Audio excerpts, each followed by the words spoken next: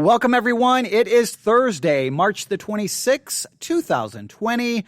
It is currently 11:50 a.m. Central Time. It is time, speaking of time, it is time once again for our daily catechesis. Now, since we're currently living in the midst of a pandemic, COVID-19, this coronavirus global pandemic. I know it's a little redundant. People keep telling me that. I understand that a pandemic is global by definition. I get it. But while we're living in the midst of this, while this continues to have major impact on people's lives, on the economy, on business, on education, on church, while we're facing all of this unknown, I think we can take this as an opportunity while we're struggling with the unknown to look at what we are to know, what we do know, and that is the historical Christian faith. That is the biblical faith. We grab onto what we know. We stand on a firm foundation, and it gives us an opportunity to really dig in. Catechesis is simply religious instruction, typically using a catechism, which is a written document used to give religious instruction using a question and answer form, So I'm using this opportunity whenever I can, hopefully every single day, to hit the big red go live button, sit behind this microphone, and do some catechesis, do some teaching, trying to say, this is what we do know. This is what we do need to understand. And today, we're going to take a little detour for what we've been doing. We've been looking at this idea of what is true faith. What is true faith? We looked at the different elements of true faith. We've talked about it. I'm not going to review all of that. You can go back and listen. Today, we're going to take a little detour. We're going to take a little turn. And this one is going to be kind of sobering. This one is going to be kind of intense, a little depressing, maybe. This is not going to be pleasant. There's not going to be anything pleasant, but I think we need to look at this subject just based off the reality that we are facing. We are in the middle of a pandemic, correct? And the answer is yes. We are in the middle of a pandemic. And as a result of being in the middle of a pandemic, this is very important. In fact, I'm going to pull this up here. Give me 1 second. Just 1 second. I didn't think about this until right now, but I have it saved right here on my iPad. We're in the middle of a pandemic, right? COVID-19, coronavirus. And as of Thursday, March the 26th, 2020 at 11:53 a.m., we have this is the total global confirmed cases of COVID-19, 495,086. 495,086 human beings are now diagnosed and confirmed to have COVID-19. Now, here's the number. I want you to write this number down. I want you to really think about this. The total number of human beings who have died as a result of COVID-19. As of right now, Thursday, March the 26th, 2020, 11:54 a.m., 22,295 people have died. 22,295 people have died. Now, I want you to remember that number. I want you to think about that number through this entire live stream episode of the Theology Central podcast. I'm going to return to that number over and over again. All right? Now, as we do that, in our last time of catechesis, we were talking about the articles of faith that make up historical biblical Christianity, but these articles of faith, according to what we talked about in the last session, these are the articles of faith we must believe in. If we're going to have true saving faith, we must believe in these articles of faith. And we got into a discussion about what we should know or not know. I'm not going to go back to that, but I want to remind you of these articles, all right? I have in my hand the Trinity hymnal we use in our church. I'm going to turn back here to the back of the Trinity hymnal to the section called the Creeds. All right. And I'm going to read the Apostles' Creed, or at least not all of it. I'm going to read two parts of the Apostles' Creed. Here we go. The Apostles' Creed. Here are the articles of faith that make up historical biblical Christianity. These are the articles you should know. These are articles we should stand on. These are articles that we must know. We must believe the way the early church understood it in order to truly be saved. And we could get back to that whole discussion, but we'll move on. Here we go. The Apostles' Creed. I believe in God the Father Almighty, maker of heaven and earth. I believe in Jesus Christ, his only Son, our Lord, who was conceived by the Holy Spirit, born of the Virgin Mary. He suffered under Pontius Pilate, was crucified, died, and was buried. He descended into hell. We could discuss that. The third day, he rose again from the dead. He ascended into heaven. Here's the part I want you to really think about. And is seated at the right hand of God the Father Almighty. From there he will come to judge the living and the dead. The Apostles' Creed reminds us of a sobering reality, a truth that is true whether we like it or not, that there is coming a time where the living and the dead will be judged. Now, let's advance this for this time of catechesis. Let's advance this by looking at the Westminster Larger Catechism. All right? The Westminster Larger Catechism, I'm looking at question 88. What shall immediately follow after the resurrection? Immediately after the resurrection shall follow the general and final judgment of angels and men. The day and hour whereof no man knoweth, that all may watch and pray and be ready for the coming of our Lord. All right. Immediately after the resurrection shall follow the general and final judgment of angels and men, the day and hour whereof no man knoweth, that all may watch and pray and be ever ready for the coming of our Lord. Okay, now we can get to a whole discussion here. Some, obviously, if you go to many of the catechisms and the creeds, they basically speak of one judgment, one final general judgment. While others argue that there are different judgments outlined in the Bible. I'm not here to get into that debate. What I want to focus on for catechesis is the fact that there is a judgment coming. Whether you believe in one, whether you believe in seven, judgment is coming. That is a sobering reality, especially, please, as we live in the midst of a global pandemic where 22,295 people have died. Now, yes, death occurs every single day from a number of sources. I understand that. But this is numbers that we're watching in real time because everyone is talking about this pandemic. So I'm using those numbers specifically for the pandemic to really drive this home. Over 22,000 people have died because of this. 22,000 people. Judgment is coming. All right? Listen to what they speak of in question 89. What shall be done to the wicked at the day of judgment? At the day of judgment, the wicked shall be set on Christ's left hand, and upon clear evidence and full conviction of their own consciences, shall have the fearful but just sentence of condemnation pronounced against them. And thereupon shall be cast out from the favorable presence of God and the glorious fellowship with Christ, his saints, and all his holy angels into hell to be punished with unspeakable torments, both of body and soul, with the devil and his angels forever. There is coming a final judgment where people will be judged and they will be placed. those who in their judgment, it is clearly demonstrated that they are unrighteous, that they're wicked, that they're ungodly, that they are not saved, right?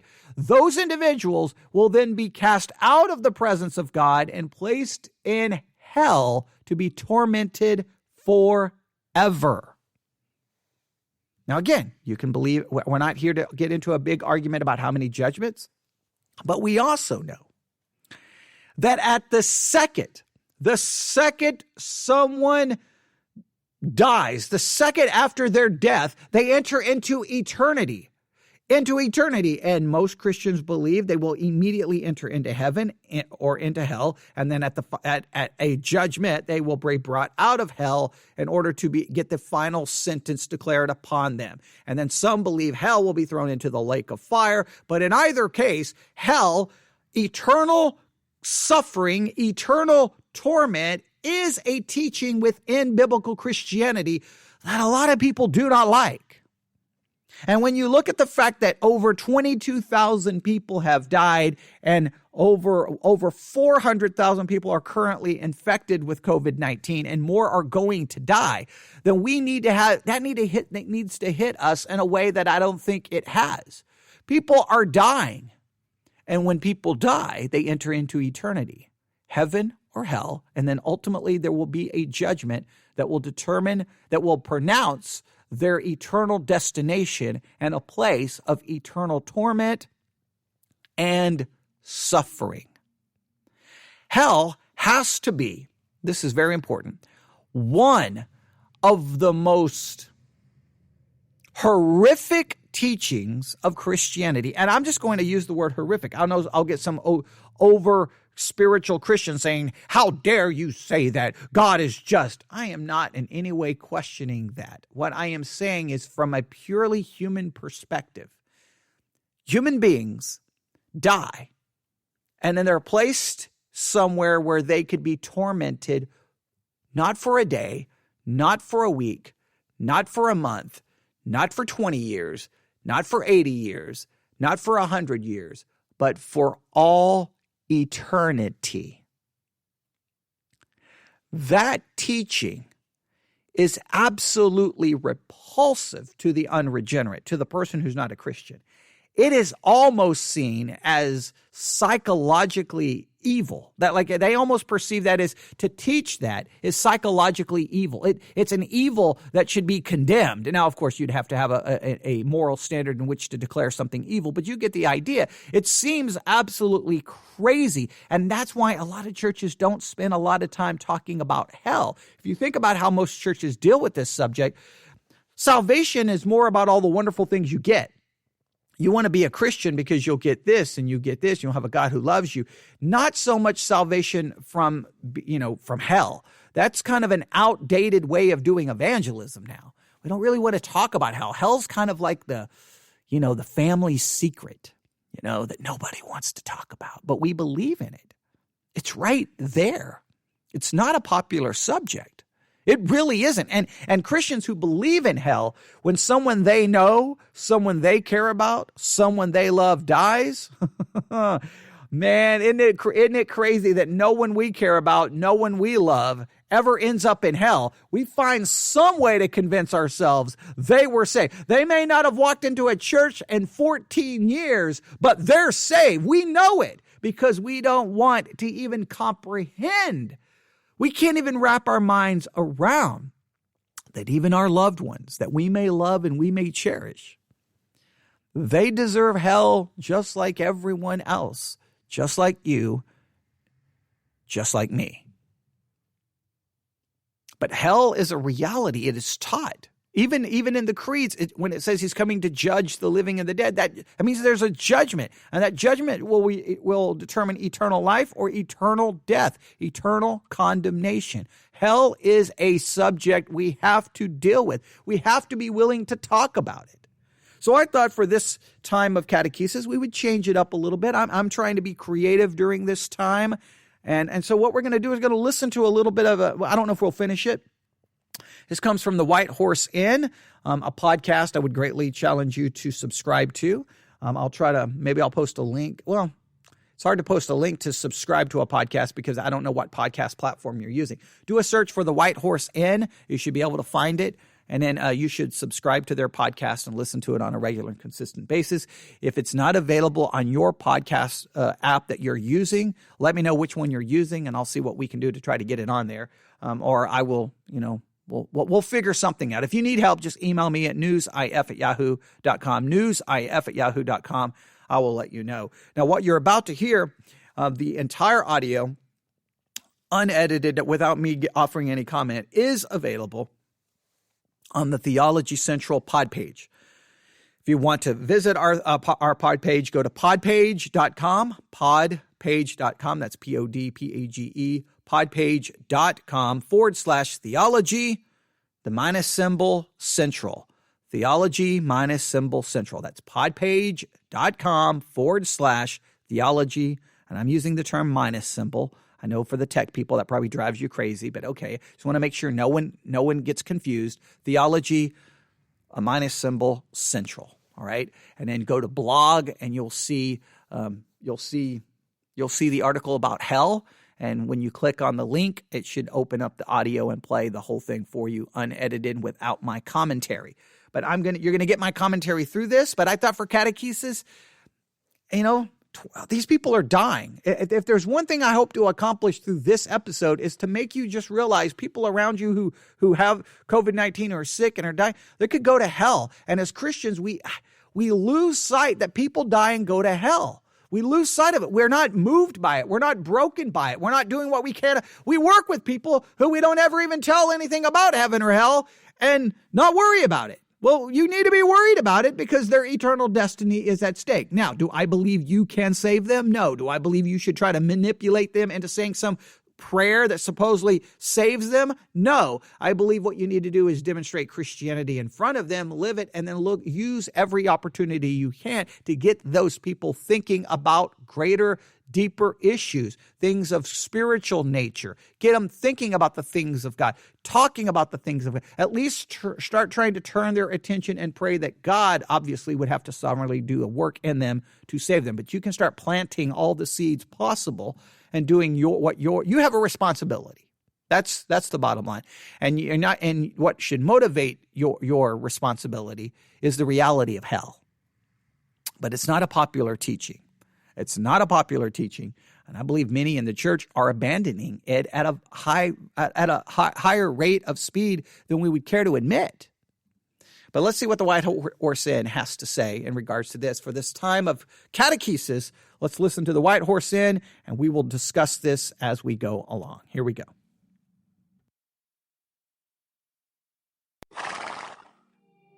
There is, in effect, a religion of humanity that seems to be emerging in our time, in which the preeminent value is the inclusion of everyone. There's no place within this worldview for a line of division, sheep on one side and goats on the other, as we have in Scripture. Yeah. The concern is with everyone being incorporated and included. And so there's something fundamentally different about this way of looking at life than I think we find in Scripture, where there is a division between those who respond to God and those who do not. Hey there, Shane Rosenthal here. For 30 years, our focus at White Horse Inn has been to help Christians know what they believe and why they believe it. And throughout this year, I'd love to hear from you if you have any apologetics-related questions or suggestions for future topics. To submit a question, simply head to whitehorseinn.org/askshane. Your question may be featured in a future program or blog post. Once again, the address is whitehorseinn.org/askshane. 5 centuries ago, in taverns and public houses across Europe, the masses would gather for discussion and debate over the latest ideas sweeping the land. From one such meeting place, a small Cambridge inn called the White Horse, the Reformation came to the English-speaking world. Carrying on the tradition, welcome to the White Horse Inn. Hey there, and welcome to another edition of the White Horse Inn. I'm Shane Rosenthal. This past January, the New York Times published an article which asks the question, why do people believe in hell? And in the article, the author, David Bentley Hart, who recently published a new book on this same topic, claims that no truly accomplished New Testament scholar believes that later Christianity's opulent mythology of God's eternal torture chamber is clearly present in the scriptural texts. It's entirely absent, he says, from St. Paul's writings. The only eschatological fire he ever mentions brings salvation to those to whom it tries. Even the frightening language used by Jesus in the Gospels, he says, when read in the original Greek, fails to deliver the infernal dogmas we casually assume to be there. On the other hand, Hart goes on to say, many New Testament passages seem, and not metaphorically, to promise the eventual salvation of everyone. For example, therefore as one trespass led to condemnation for all men, so one act of righteousness leads to justification and life for all men. Romans 5:18. So what are we to make of these sorts of arguments? Is the exegesis sound? Why does there seem to be renewed interest in our day to this idea of universal salvation and the abolition of hell? Joining me to discuss these questions and more is a guest we've had on the show before. Professor Michael J. McClymond is professor of modern Christianity at St. Louis University, and he's the author of an exhaustive... All right, now, I want you to really think about this. And again, I love the argument. In the original Greek, you don't really get this idea of hell from Jesus' words that we read in the Gospels, which seem to indicate the idea of hell. So is this a situation, once again, and this happens so often within Christianity, it bothers me so much. And I think it's a very important point of catechesis and a very important point of religious instruction. You are going to constantly in your Christian life be bombarded with so-called experts in the original languages telling you, you don't get it because you don't read Greek. You don't get it because you don't read Hebrew. You don't get it. Now, if that is true, then what you're saying is that we are left in a situation where we on our own, we can't understand anything. We either all have to start taking years and years of Greek, and then even sometimes among Greek scholars, you'll have disagreements, which is always hilarious. Because on one hand, I remember this. I remember this so vividly. I was in a class at Grace University in Omaha, Nebraska. All right. And there was a young man who, wanted to become a pastor, wanted to become, was all excited to be in the ministry. I mean, we're at a Bible college, so, Grace University, we're at a Bible college, so that's why we're all there, right? We all want to become ministers. We're all excited. We're all, got that youthful zeal. We cannot wait. And here's this young man, and I can't remember the way the conversation went, but basically the professor told him, look, you can't really teach. You really can't preach, and you really can't know anything until you know the Greek and the Hebrew. And you could just see the young man's defeat. He was like, well, wait a minute, I want to preach, and you're telling me I've got to become an expert in Greek and Hebrew before I can preach? Because, he's like, you don't know, you don't know anything. So, in other words, basically anytime you challenge the professor in this course, if you didn't know Greek or Hebrew, you weren't able to challenge the professor. So the English translations aren't sufficient. They're not. So we read the English translations and we think, oh, that seems to teach this place called hell. But according to this person, if you read it in the Greek, you don't see hell. So that means all the Bible translators who we believe know Greek have all lied to us. They've all misrepresented. Well, wait a minute. So if the translators who know Greek, who translated the Bible, if they got it wrong, then whose Greek knowledge is right? I hate this about Christianity. You see it all the time. All the time. You get into any kind of discussion. Well, the Greek says this, the Hebrew says this, the Greek says this, the Hebrew says that. And you're like, well, okay, so and if you don't know Greek or Hebrew, you're just dismissed. You're dismissed. You're not. It's almost like in the Protestant world, we may not like this, but we have our magisterial authority. They're the Greek scholars. They're the Now, I'm not diminishing at all learning Greek and Hebrew. I'm not diminishing that, but I just believe that somehow it comes down to whose Greek scholar you listen to. And it can't be always that this whole subject of hell comes down to, can you understand the Greek? I don't accept that. I don't accept it. But I think it's interesting that in modern times you have this downplaying. Well, here's what we'll do. We'll go back and listen. Right while that was playing, I took off. You didn't see me because it's not video. I took off running and I ran to the front of the church and I grabbed, it was laying on top of my pulpit, the Ancient Faith Study Bible. The Ancient Faith Study Bible. I did an unpacking or unboxing, I guess is what it's called, for one of our podcast episodes.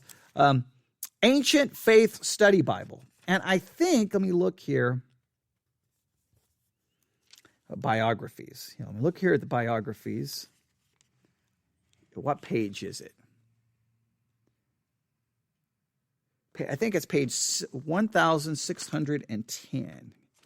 Look here, 1610. If I can find it, we'll just talk about it right now.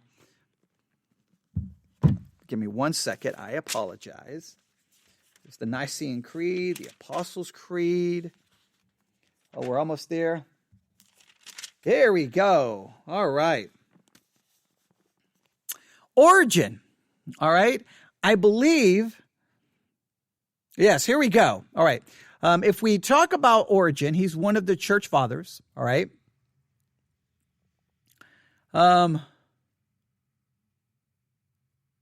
Origen was born near Alexandria about AD 185. All right.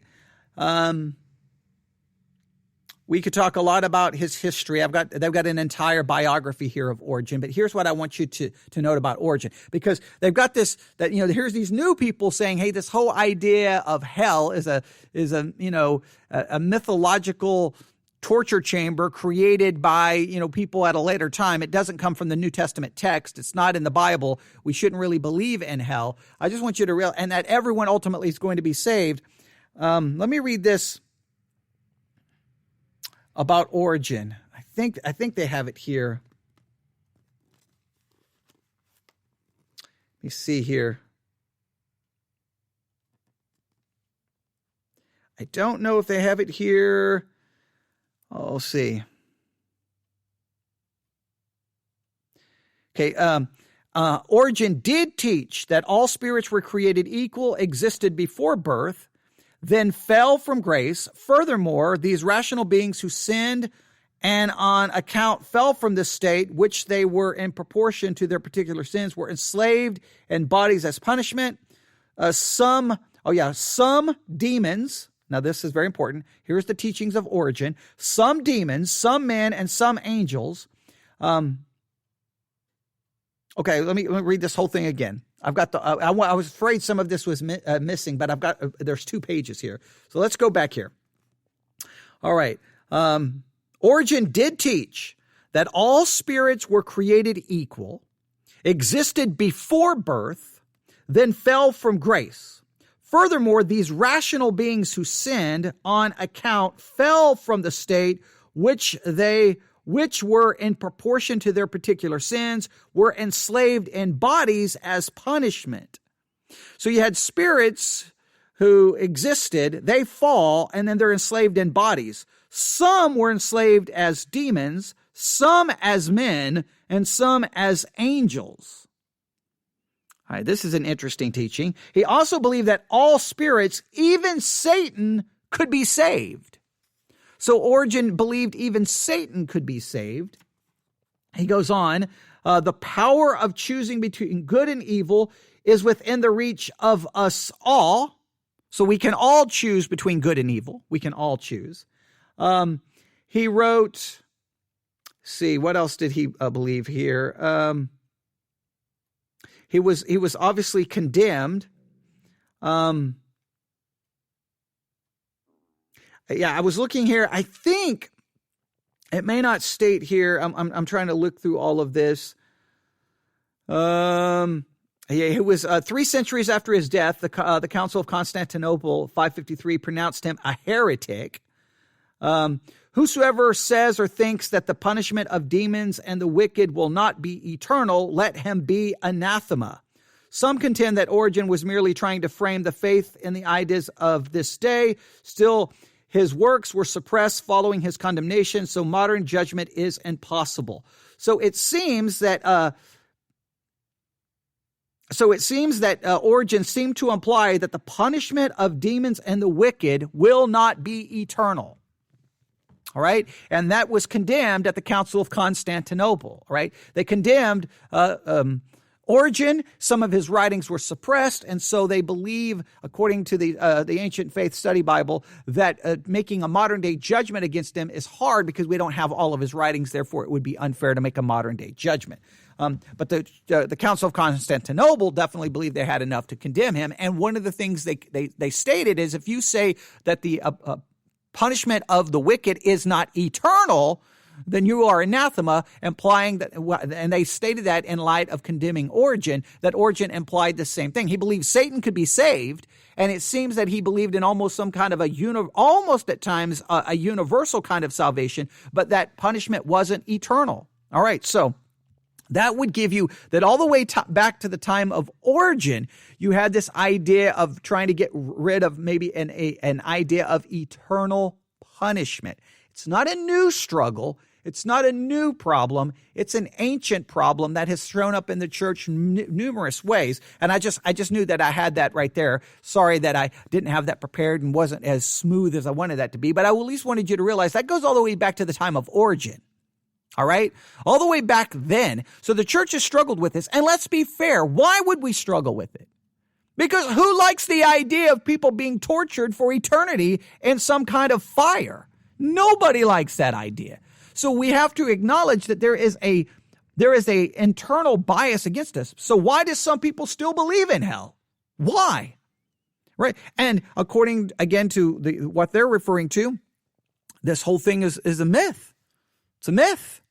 It's not in the Bible. And again, it comes down. So I just want you to see, in catechesis and religious instruction, these are kind of issues you have to be prepared to deal with. And so we're going to see what they have to say about this and what arguments they make and arguments they don't make. All right, here we go. Of 2-volume work that we highly recommend on this program titled The Devil's Redemption, A New History and Interpretation of Christian Universalism. Dr. McClyman, thanks for being back with us on the White Horse Inn. I'm glad to be with you. So in your book, you talk about the increasing interest in this idea of universal salvation, and this seems to be evident by the fact that whenever people like Rob Bell or David Bentley Hart write a book on this topic, it ends up being the cover story of Time magazine or a feature article in the New York Times. In fact, not long ago, Netflix released a movie titled Come Sunday, which is based on the life of Carlton Pearson, who ended up becoming a Universalist after spending years as a Pentecostal preacher. As you know, that film generated a lot of media coverage. So what, in your view, accounts for the increasing popularity of this subject? Well, I think your question is absolutely on target. There's something about universalism that is speaking to a concern within the culture. And I guess I would say that there is, in effect, a religion of humanity that seems to be emerging in our time, in which the preeminent value is the inclusion of everyone. Yeah. Everyone will be standing side by side, hand in hand. And the world will live as one. The world will live as one. To here, quote John Lennon. Both here and so the life beyond is seen on analogy with this sort of inclusive community right here and now. There's no place within this worldview for a line of division, sheep on the one side and goats on the other, as we have in Scripture. Yeah. And so the concern is with everyone being incorporated and included. And so there's something fundamentally different about this way of looking at humanity and at life than I think we find in Scripture, where there is a division between those who respond to God and those who do not. So now let's talk about David Bentley Hart's recent contribution to the subject. Last I checked, his book, That All Shall Be Saved, was number 12 in Amazon's chart of best-selling books in the category of ethics and Christian theology. And I thought I'd quote for you one of the positive reviews at Amazon, which is titled The Moral, Logical, and Scriptural Incoherence of Infernalism, Exposed and Repudiated Once and for All. The reviewer then has this to say: anyone who's read David Bentley Hart before will be familiar with his pugnacious style, but in That All Shall Be Saved, the gloves are off. And rightly so, for the doctrine of hell as a place of eternal conscious torment is illogical, morally repugnant, and scripturally indefensible. The tide has been turning against infernalism with accelerating speed over the past 15 years or so, with the success of pro-universalist books by the likes of Rob Bell, Robin Perry, and Thomas Talbot. But I think posterity will show that the gates of hell were finally torn down completely when David Bentley Hart weighed in. Now, you actually wrote your own review of David Bentley Hart's book, which people can find over at the Gospel Coalition website. But if I recall, your review wasn't quite as positive. No, not at all. And in fact, if you look just under David Bentley Hart in a Google search, my review is the second hit after the Wikipedia page for it. It got 12,000 reads the first week, and it's David Bentley Hart's Lonely Last Stand for Christian Universalism. Why do I use that phrase? Because Hart kind of strangely positions himself in that way, that he's alone battling against the forces of infernalism. And let me just say something about the term infernalism, because this ties into the New York Times editorial very, very recently, in January 2020. There is, in effect, a ad hominem argument. That means an argument that you're attacking not the argument, but the person presenting the argument. And it, in effect, is a slander against the character of not one Christian, not one congregation, not one denomination, but essentially the vast number of Christian believers through all the different cultures, hundreds of different cultures through many centuries, who supposedly, in David Bentley Hart's account, are all vindictive people who delight in the thought of other people suffering. And so there's a Schadenfreude, that German word that means delighting in someone else's misfortune. We're familiar to that. The cover of the tabloid magazines where the stars are suffering. And there is such a thing as Schadenfreude. But this seems to be the overall explanation that Hart is offering for why the belief in hell even exists. Nothing about the justice of God, nothing about sin-deserving punishment is present there. And the odd thing about Hart, despite his positioning himself as an Orthodox theologian, capital O Orthodox, that is an Eastern Orthodox, is that he's really aligning himself with some of the fiercest critics of Christianity, including Friedrich Nietzsche. Nietzsche, 100 years or more ago, said that Christianity is essentially a religion of resentment, where people worship the suffering, crucified Jesus because they themselves are weak and feeble people who resent the strong people around them and therefore want kind of like the man who limps, who wants everyone to limp alongside of him so that they don't make him look bad. And that's an overall interpretation of Christianity that Hart seems to be endorsing, surprisingly enough. You say that in his book, David Bentley Hart argues that all creatures who have sinned against God will finally be saved, and that there's no place in his thesis for what one often refers to as a kind of hopeful universalism.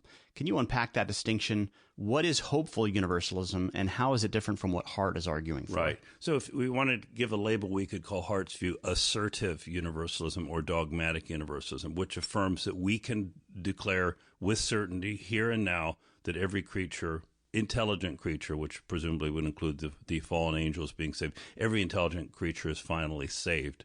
Hopeful universalism is a position that we associate with Hans Urs von Balthasar. His name is quite a mouthful, but he's in many ways, even today, one of the most influential Catholic theologians of the last century. And then Karl Barth presented a similar view that one cannot make the definite assertion that all will be saved, but he thought that one could hope for it. And then Balthasar, in effect, went a step further because he thought there was an obligation to hope for the salvation of all. And it's sort of a subtle argument. On one level, Christian believers should hope for the best for other people. But hoping and wishing are two different things. Yeah. And so what I argued, in effect, is that this hopeful universalism is really a form of wishful universalism. For instance, if I were to ask you, Shane, would you want there to be no poor people in the world? I think most reasonable, morally sensible people would, of course, say, of course, yes, I would want there to be no poor people. But do you expect that there will be no poor people? Yeah, there's a difference. Yeah, and there's a difference. And that difference is glossed over and blurred in this discussion.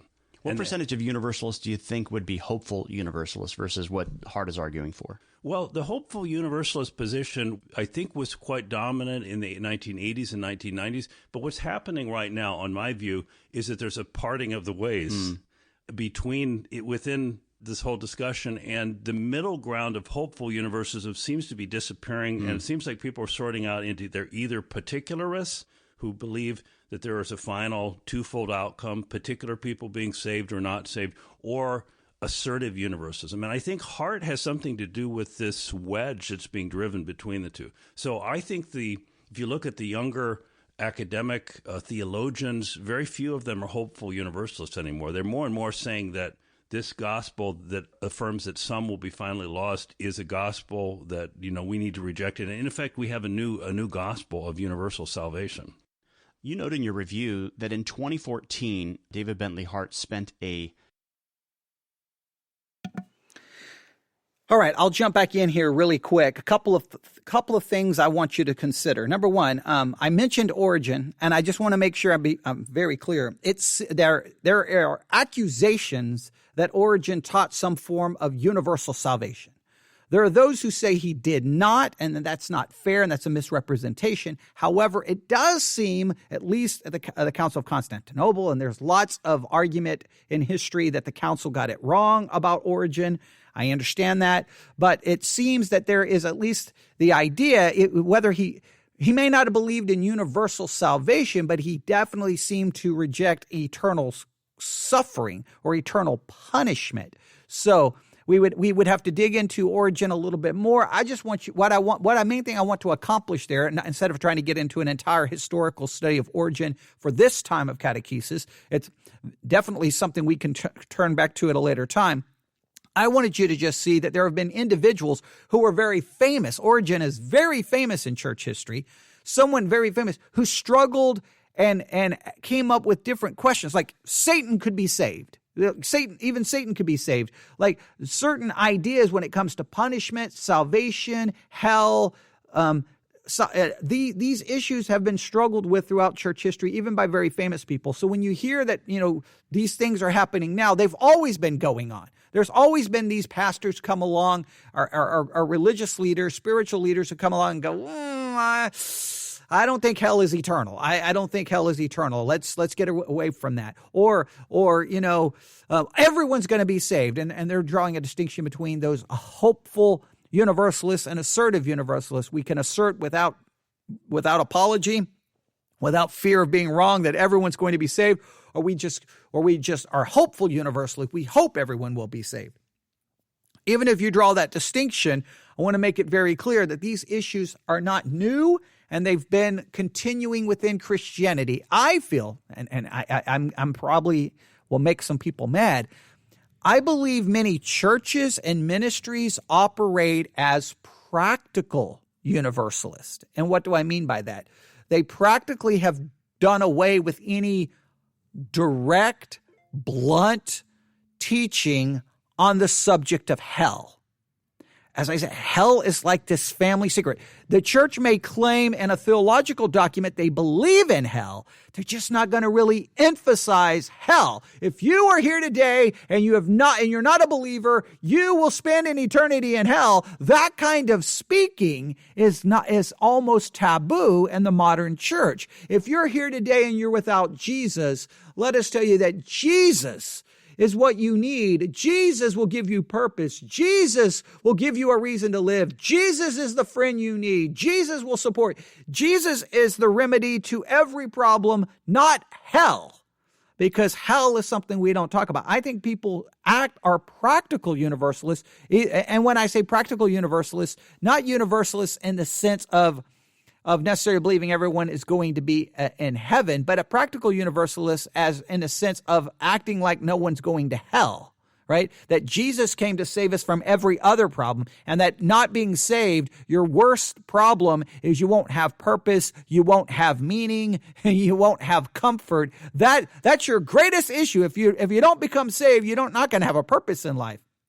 You're not going to have meaning. That God-shaped hole inside of you is never going to be filled. You won't have a friend that sticketh closer than a brother. You won't experience the love of God. Oh, how horrible, how tragic. You need Jesus. Not that the remedy for what Jesus came to save you from is an eternity in hell. That is not really the way it is typically presented. So I just think I just want to make sure I clarify that a little bit about Origen. I just want you to see that Origen had a lot of ideas here, and that became very controversial. Council of Constantinople, which is some argue it wasn't authoritative, it wasn't ecumenical. There's all kinds of different discussions about it. It's a very big topic in church history. So in some ways I shouldn't have probably brought it up, but I just wanted you to see that here's Origen. Hey, Satan can be saved. Hey, seeming to imply that that there was not eternal punishment. There would be some kind of temporal punishment. And some would argue that he hinted at, in some way, some kind of possible universal salvation. That is disputable, but I at least want you to realize this has been going on for a long time. Now, we could ask, and we could pose this question. Where's the church headed on this subject? Where are we headed on this subject? I think you're finding more and more groups of Christians. I can't say, and I can't give you a percentage, but groups of Christians who reject the idea of eternal hell. Right? So let's finish this. Year as a visiting professor at St. Louis University, where you presently teach, and that this provided a number of opportunities for the two of you to exchange ideas on this topic of universal salvation. That's right. Can you tell our listeners what some of those exchanges were like? Well, David Bentley Hart came to St. Louis University with his reputation preceding him. And he was just known for being pugnacious, I think is the term he used earlier, sort of being a combative but very, very entertaining, provocative writer. Of course, in his earlier writings, he was attacking the new atheists. But we rather quickly got into discussions that touched on issues of final salvation. And I remember going to a local pub in St. Louis, and there was a Dominican there. He was an Oxford University PhD graduate. And David really lit into this Oxford graduate and kept pressing him on how he could possibly believe that Thomas Aquinas' view that there would be final damnation for some. And so it became apparent to me that David Bentley Hart was very strongly opposed to any notion of hell. And he was already talking at that point about writing his book. But we had this email exchange, and actually I've saved some of the email exchange. I've been advised maybe not to quote that in my writing about David because it was a private communication between us, and I want to respect that. But it seems that on this particular topic of hell, he has set aside, any kind of moderation, even the limited amount of moderation that he showed, and he's been quite intemperate in his use of language. I counted 118 insulting phrases in the book on universalism. So the reviewer was right when he said the gloves are off. Yes, the gloves. Yeah. Moral imbecility. And who are the moral imbeciles? Well, David names names. These include Augustine, Aquinas, Luther, Calvin. So what I say in the review is that David seems kind of desperate in his argument because someone's sound in their position, they don't need to have 100 or more insults in their presentation. They're able to present their arguments to refute the arguments of their opponent. So I'm not sure that David, because of his use of language, is really maybe fully confident in his own ability to make his case. In your time together, you say that you became aware that notions of divine sovereignty were basically anathema to Hart. Do you think this might be a common feature of those who end up in the Universalist camp, that they just can't seem to live with this idea that's clear there in Exodus 33, God saying, I will have mercy upon whom I'll have mercy? Oh, I think most definitely. And I sometimes typify this as the view that if I were the creator. So what I would want to say is if you begin your sentence that way, if I were the creator of the world, I would say, stop, don't finish the sentence because anything you say will be incorrect because you're not the creator. You and I don't have the basis to adjudicate the possible worlds. I mean, it's talk about being above our pay grade. This is so far above that we shouldn't attempt it. But that is the mindset of many of the contemporary universalists wanting to evaluate the claims made in Scripture concerning God and to then determine whether the God of Scripture is morally worthwhile or not. There's one author I read, he said, I look forward to meeting God after I die. And then his follow-up comment was, because God has a lot to account for to me. I thought, oh my gosh, what a reversal. Yeah. I think you'll agree there's a real problem in the church. A lot of believers sitting in the pews are timid in expressing their faith to others. They know, but don't know at the same time. And feeling cautious prevents them from talking about their faith. Sound familiar? That's why we focus on knowing what you believe and why you believe it. It's not just for the sake of knowing more. Instead, we want to build a strong foundation of understanding God's Word so that we can have confidence to reach out, talk with others, and share the hope of the gospel. Recently on the program, we've been tackling in-depth questions about what our neighbors believe. I hope that these programs encourage you to take the conversation outside of your home, your church, and your Bible study. Whether you're sitting in a coffee shop having dinner with a neighbor or at a playground with other parents, it's our goal that you'll become more aware of opportunities you might have to engage with others. Folks, these conversations can be tough, but we have created a collection of resources that will help equip you for that task. As a special thank you for your gift of any amount, we'll send you a digital download of our new collection called Know What Your Neighbor Believes. This collection includes our current radio series, several White Horse Inn classic programs, and selected modern Reformation articles. This collection will give you a deep understanding of God, this world, and your place in it, and it will help you to reach out to others. In order to receive your digital download, head on over to whitehorseinn.org/neighbor today to receive your download, or call us at 1-800-890-7556. That's whitehorseinn.org/neighbor, or call us at 1-800-890-7556. I hope you'll consider a special gift to support this work to help us keep the conversation going. You, along with many other friends, are helping to extend the gospel's reach. Your prayers and financial support make this work possible. So on behalf of our entire team here, thank you.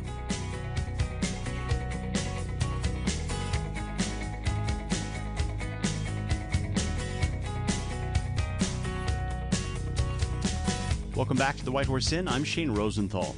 I'm talking with Michael McClymont, author of The Devil's Redemption. So at the opening of this program, I mentioned some of the issues that David Bentley Hart was arguing for, particularly his exegetical arguments, where he talked about the fact that this is not defensible scripturally. So I'd like to get into some of this. He says, first of all, that the idea of hell is entirely absent from the writings of Paul. Do you think he's right about that? Well, he's saying something that is misleading. David is being deliberately misleading, and I honestly think he's aware of it. He's talking about the word hell, right, not the idea of hell. If you look in 2 Thessalonians chapter 1, it says, "These will pay the penalty of eternal destruction, far from the presence of God and the glory of his power." Now, 2 Thessalonians 1:7-9. 1:7-9, yeah. Now, it doesn't use the word hell, but it refers to eternal destruction. Actually, the New Testament presentation on hell is stronger because of the variety of different words. And so the universalists, I think, are being misleading. Rob Bell did the same thing. There are only so many times the word hell appears. It'd be like if we're arguing about whether a certain novel is violent. I say the word kill, only occurs 4 times in this novel. Well, what if it has the word slaughter and annihilate and terminate and there are descriptions of violence, and you'd say, well, this is a violent novel. It is there, even if the word kill doesn't appear. So it's not a valid way of arguing. There is a New Testament reference to the outer darkness, to the gnashing of teeth.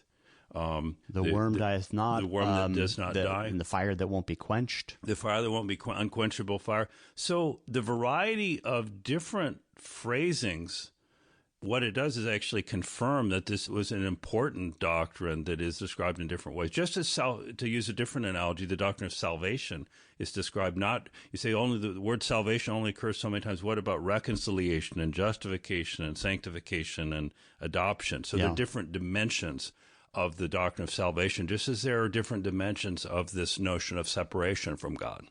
Hart also says that even the frightening language used by Jesus in the Gospels, when read in the original Greek, fails to deliver the infernal dogmas we casually assume to be there.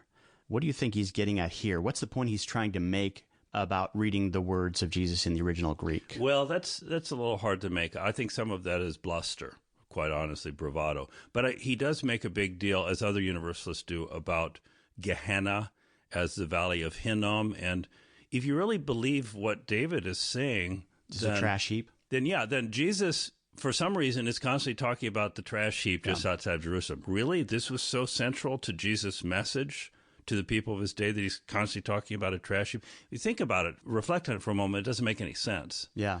And he's setting the trash heap alongside of what? Eternal life in the kingdom of the Heavenly Father? Mm-hmm. So you have to really, this is one of the issues in universalism, is that and it pertains to the word aionios, or eternity, which we'll get to. But in effect, the universalists want to hold on to the promise of an eternal hell that is, in some sense, transcendent. It's beyond the world, the life that we experience presently. But then they have to take the language of separation from God and limit it and restrict it into an earthly situation, in this case, the city dump. So I think what he's saying there, I think maybe he stated that a little incorrect, possibly, but anytime you speak live, you can do that. I think what he's trying to say is that on one hand, they want an eternal heaven, like eternal. It's this idea of eternal. Heaven is eternal. Heaven is real. However, when it speaks of eternal punishment or eternal death or eternal hell, that's not eternal. So they want one aspect of the eternal to be true, and the other aspect, well, that's not literal. That's not eternal. That's not literal eternity. That's a temporal punishment. And it's like, well, wait a minute. You end up with a very weird dynamic and how you try to pull that off. Heaven, eternal, literal, real. Hell, not literal. It's not eternal. All right. Well, how do you work that? Because in many cases, those things are pretty much put next to one another in a passage. How do you work that out hermeneutically, logically, carefully? All right, let's go back and finish this.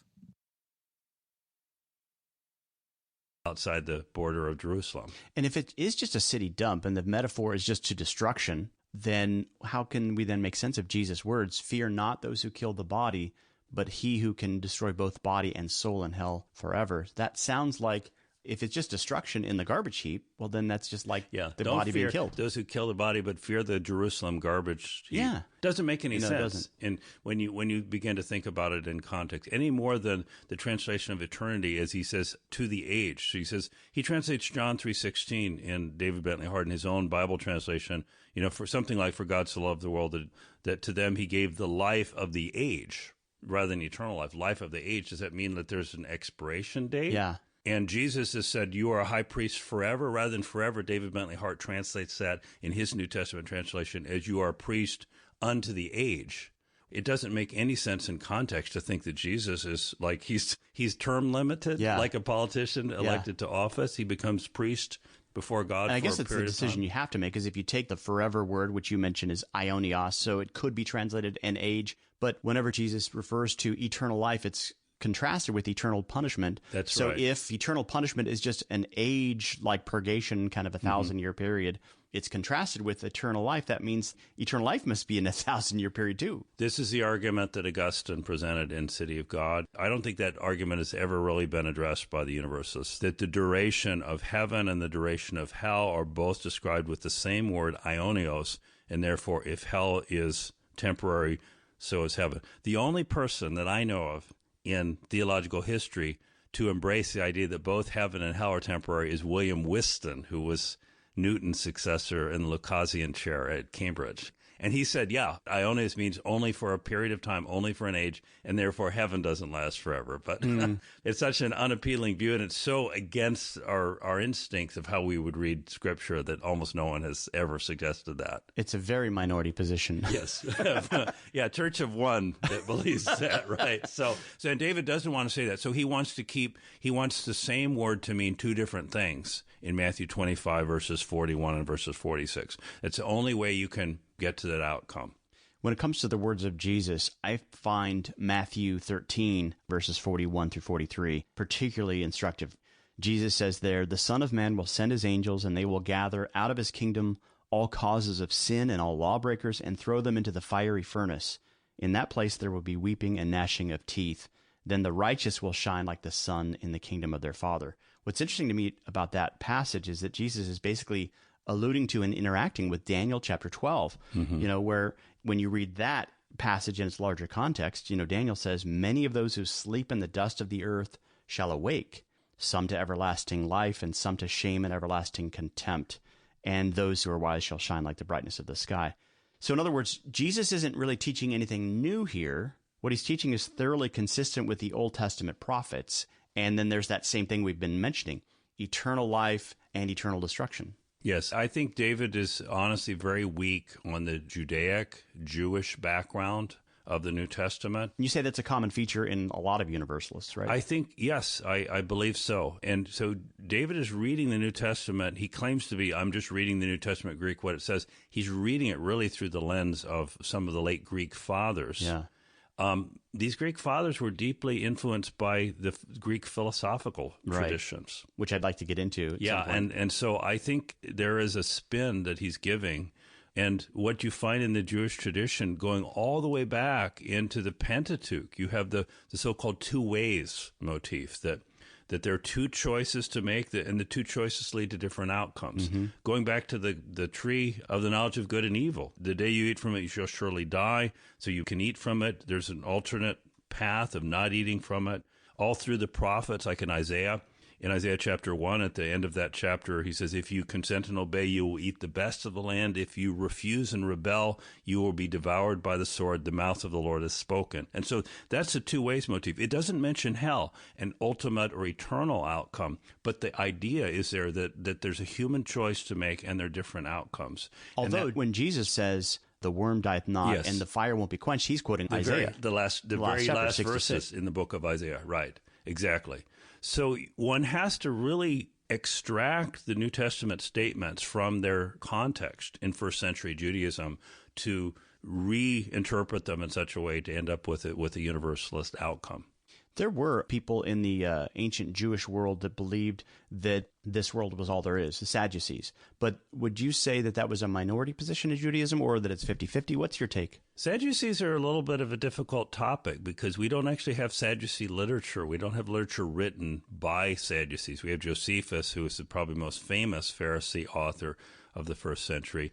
From a Sadducee family. From a Sadducee family. But he opted out. But it's likely that the Sadducees were a smaller group. Of course, they were an elite group because they were the group that produced the high priest that served in Israel at that time. So that idea of that there's only the present life, it sounds a little bit like the Epicurean philosophy on the Greek side. That's what actually Josephus said specifically. It was more on the Epicurean line of things. Yeah, so the death is extinction, or as a rock band once said, "Baby, don't fear the reaper." Blue Oyster Cult. Yeah. So now, if you know your New Testament, you know that in the book Acts of the Apostles, there's a dispute between the Pharisees and the Sadducees as Paul comes before them and speaks of his hope in the resurrection of the dead.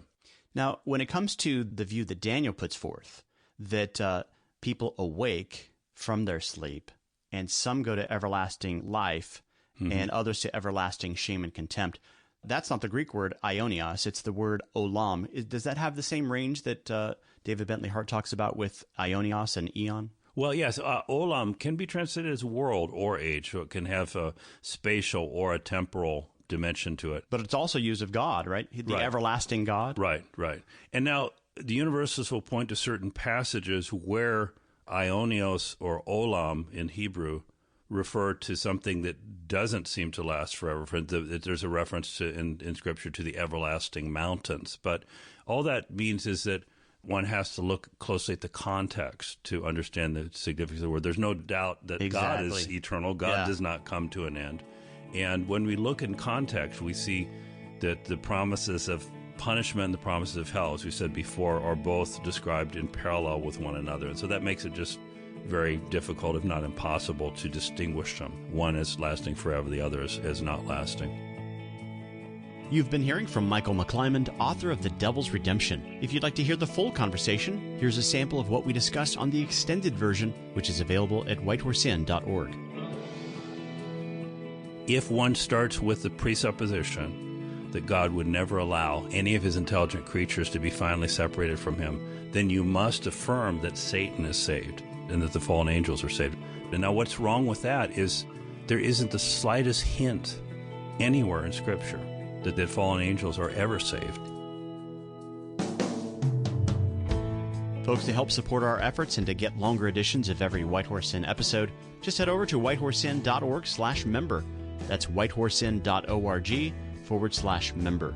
Also, if you'd like to ask me any apologetics-related questions, or if you have any suggestions for future topics, just click on the Ask Shane button there at the bottom of our homepage at whitehorseinn.org.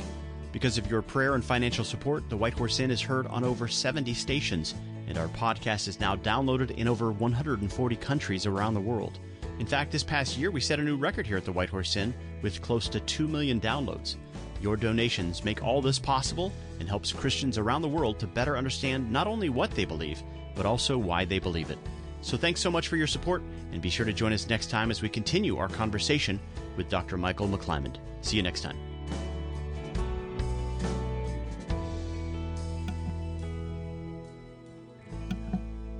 There you have it. An interesting conversation, an interesting discussion, trying to show you that the idea of universalism is not workable in light of the New Testament. Doesn't work. Has to be rejected.